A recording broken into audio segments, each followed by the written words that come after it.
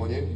Vous savez, quand on passe par les eaux de baptême, on dit oui à les bons moments et on dit oui dans les mauvais moments.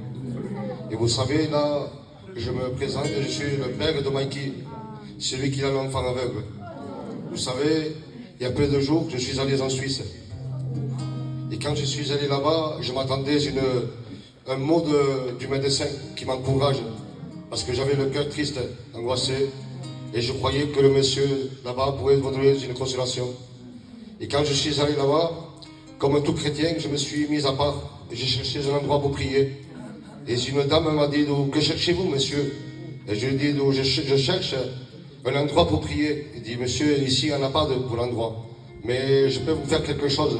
Je vais vous amener à un endroit où vous pourrez être tranquille, où vous pourrez prier votre Dieu. Et cette femme, je le voyais comme un ange. Elle m'a porté dans un endroit. Donc je me suis mis dans une pièce et je me suis mis à genoux à prier. Et vous savez, je faisais la prière normale. C'est mon petit-fils. Avec tout mon cœur, je mettais tout mon cœur. En fait que le docteur puisse mettre ses mains, qu'il puisse me donner quelque chose pour me rassurer. Et vous savez, quand j'ai prié, il y avait quelqu'un qui est rentré et je ne me suis pas arrêté. Mais j'ai prié pour la guérison. Et j'ai compris que c'était l'Éternel qui m'avait dit, ne prie pas pour la guérison, mais prie pour avoir la force et le courage de pouvoir surmonter les épreuves. Alors j'ai commencé à changer de prière.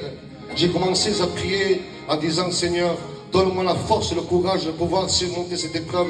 Cette épreuve, je ne pourrais pas la surmonter. Tu le sais toi-même, Seigneur, c'est impossible. Et donne la force à ma compagne aussi. Et vous savez, quand je suis sorti, j'ai vu ma compagne devant moi, je lui disais, qu'est-ce que tu fais ici? Il m'a dit, je prie d'où?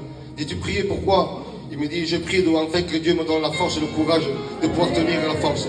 Vous savez, quand j'étais là-bas, quand le médecin m'a donné une mauvaise nouvelle, alors j'ai pensé tout de suite à mon fils. Je me disais, comment ferais-je pour lui dire à mon fils qu'il n'y a pas de solution? Et je disais, Seigneur, il faut que ce soit toi qui l'encourage. Alors, je suis venu, je ne lui ai rien dit, je dis qu'il y aura un peu d'espoir. Je disais, mon fils, il faut être un guerrier, il faut être courageux. Nous avons Dieu. Et ce matin, il me disait, pardon, je suis fatigué, je suis faible. Quand je me disais, Seigneur, comment je fais? Je dis, mon fils, sois un guerrier, sois un héros. Alors, ce matin, il est venu ici et Mike l'a appelé pour témoigner.